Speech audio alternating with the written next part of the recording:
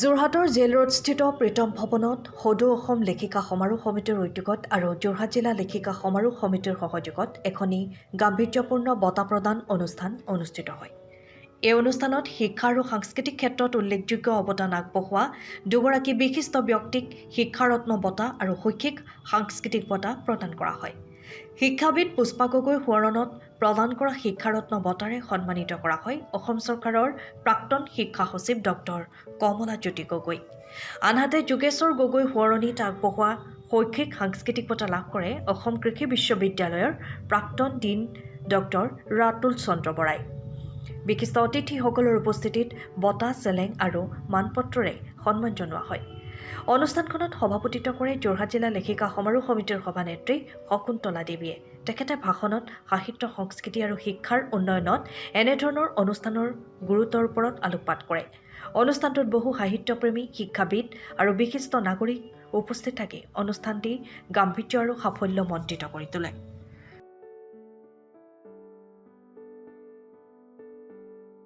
নমস্কাৰ। আজি অসম লেখিকা সমাৰোহে শিক্ষাৰত্ন বঁটা শ্ৰদ্ধেয়া পুষ্পা গগৈৰ সোঁৱৰণত প্ৰদান কৰিছে। আমি যদিও এজন উপযুক্ত ব্যক্তি নহওঁ, কিন্তু কি ধৰণে কি বিবেচনা কৰি এই বঁটা প্ৰদান কৰিছে সমিতিয়ে মই নাজানো, আৰু সাদৰেৰে এই বঁটা গ্ৰহণ কৰিছোঁ। আৰু এই বঁটা গ্ৰহণ কৰি আচলতে মোক আৰু দায়বদ্ধ কৰি তুলিলে। আমি জীৱনত যথেষ্টখিনি শিক্ষা বিষয়া বা 10 বছৰ শিক্ষক হিচাপে থাকি শিক্ষাৰ কাম কৰিব লগা হৈছিল। ইয়াৰ ভিতৰত আমি বিশেষকৈ যেতিয়া সেৱাৰ সচিব আছিলোঁ, মই মেট্ৰিকৰ বহিছোৱাৰ ডিজিটেলাইজেশ্যন প্ৰক্ৰিয়াটো প্ৰথম অসমত সূচনা কৰিছিলোঁ। আৰু টাটা কনচালটেঞ্চিৰ যোগেদি এই বহীবিলাক প্ৰত্যেক ডিষ্ট্ৰিক্টতে কম্পিউটাৰাইজ কৰি চোৱা হৈছিল আৰু সোনকালে উচিত ফলাফল ছাত্ৰ ছাত্ৰীক দিব পৰা সক্ষম হৈছিলোঁ। আৰু অসম চৰকাৰৰ তৰফৰ পৰা মাননীয় তেতিয়াৰ শিক্ষামন্ত্ৰী মহোদয়ে 2 কোটি টকা দি ৰতন টাটাৰ পৰা 6টাকৈ কেঞ্চাৰ চেণ্টাৰ আনিবলৈ সক্ষম হৈছিল। গতিকে শিক্ষাৰ যোগেদি আমি মানুহৰ স্বাস্থ্যৰ চিন্তাটোত সহায়ক হোৱাকৈ কাম কৰিব পাৰিছিলোঁ। অকল সেয়ে নহয়, কেইবাখনো পুথি ৰচনা আৰু সম্পাদনা কৰি আমি বিদ্যালয়সমূহলৈ, শিক্ষকসমূহলৈ আৰু ৰাইজলৈ বা শিক্ষয়িত্ৰীসকললৈ উলিয়াই দিবলৈ আমি সক্ষম হৈছোঁ। প্ৰায় 10-14খন কিতাপ আমাৰ আছে নিজা সম্পাদনা আৰু লিখা। কিন্তু পাঠ্যক্ৰম পৰিৱৰ্তনৰ ক্ষেত্ৰত বিশেষভাৱে মই আগভাগ লৈছিলোঁ। বিহু এটা বিষয় উচ্চতৰ মাধ্যমিক শিক্ষা সংসদত পৰিচয় কৰাই দিবলৈ সক্ষম হৈছিলোঁ। বিহুৰ কিতাপ লিখা, বিহু নামৰ কিতাপ লিখা, বিহু নাচৰ কিতাপ লিখা বা পাঠ্যক্ৰম প্ৰস্তুত কৰা বা বিহু বাদ্যৰ ওপৰত, ইয়াৰ সাজ সজ্জাৰ ওপৰত, এইখিনি কৰি আমি বিহু বিষয়টো অসমত বিজতৰীয়া নোহোৱাৰ পৰা ৰক্ষা কৰিবলৈ সক্ষম হৈছোঁ। অকল সেয়ে নহয়, স্বদেশ অধ্যয়নৰ দৰে এটা বিষয়ো আমি দিবলৈ সক্ষম। গতিকে শিক্ষা পৰিৱৰ্তনৰ ক্ষেত্ৰত, সংস্কাৰৰ ক্ষেত্ৰত যিখিনি কৰিব লাগে, সৰ্বশিক্ষা অভিযানৰ যোগেদি বৰ্তমানৰ মুখ্য সচিব ডক্টৰ ৰবিকুটা, তেতিয়া যোৰহাট জিলাৰ তেখেত উপায়ুক্ত আছিল। আমি বাগিচাই গৈ শিক্ষা সংস্কাৰৰ নিমিত্তে মই বিদ্যালয় পৰিদৰ্শক বা ডিষ্ট্ৰিক্ট মিছন কোঅৰ্ডিনেটৰ সৰ্বশিক্ষাৰ আৰু তেখেত এজন জিলা উপায়ুক্ত মুৰব্বী হিচাপে আমি শিক্ষা প্ৰসাৰৰ নিমিত্তে কাম কৰি আজি বাগিচাৰ শিক্ষাও আমি যথেষ্টখিনি আগবঢ়াই নিছোঁ। গতিকে এনে কথাবোৰ ভাবি চিন্তি অসম লেখিকা সমাৰোহে পুষ্পা গগৈ শিক্ষাবিদগৰাকীৰ সোঁৱৰণত এই বঁটা দিবলৈ বিচাৰিছে আৰু এইটো আমি সাদৰেৰে গ্ৰহণ কৰিছোঁ। আগলৈও যাতে এই বঁটাই আমাৰ ভাল শিক্ষাবিদ উলিয়াই আনি আমাৰ সমাজৰ বাবে অৱদান আগবঢ়াব পাৰে, তাকে কামনা কৰি মোৰ একাষাৰ সামৰিলোঁ।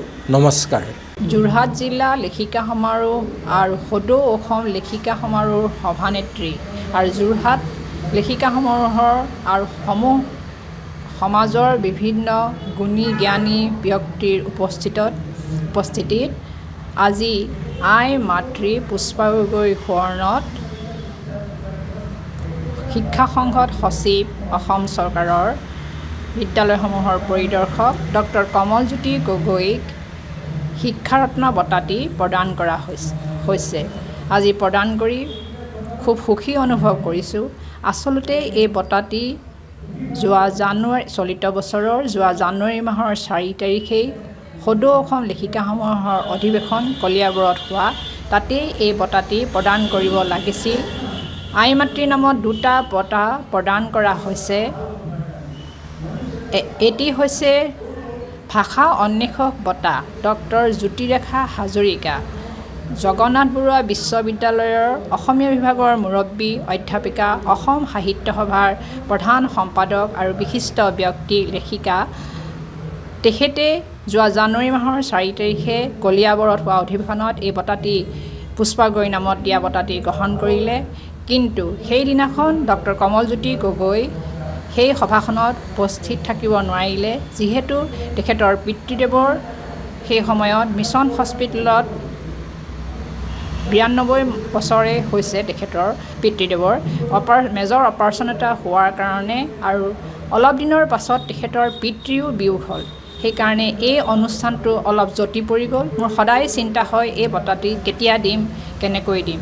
এটা আনুষ্ঠানিকভাৱে দিবলৈ পালে ময়ো সুখী হ'ম। যেতিয়া সদৌ অসম লেখিকা সমাৰোহৰ সভানেত্ৰী বা যোৰহাট জিলা লেখিকা সমাৰোহৰ সভানেত্ৰী সদৌ অসম লেখিকা সমাৰোহৰ সভানেত্ৰী সুবৰ্ণ শইকীয়া বৰদলৈ আৰু যোৰহাট জিলা লেখিকা সমাৰোহৰ সভানেত্ৰী শকুন্তলা দেৱী, অঞ্জুমণি হাজৰিকা বা যোৰহাট লেখিকা সমাৰোহৰ সভানেত্ৰীৰ উপদেষ্টাসকলে যেতিয়া এই কেন্দ্ৰীয় কাৰ্যালয় যোৰহাটতে দিম বুলি স্থিৰ কৰিলে, তেতিয়াও মই বৰ সুখী অনুভৱ কৰিলোঁ আৰু সেই বঁটাটি আজি দিবলৈ পাই অতি সুখী হৈছোঁ।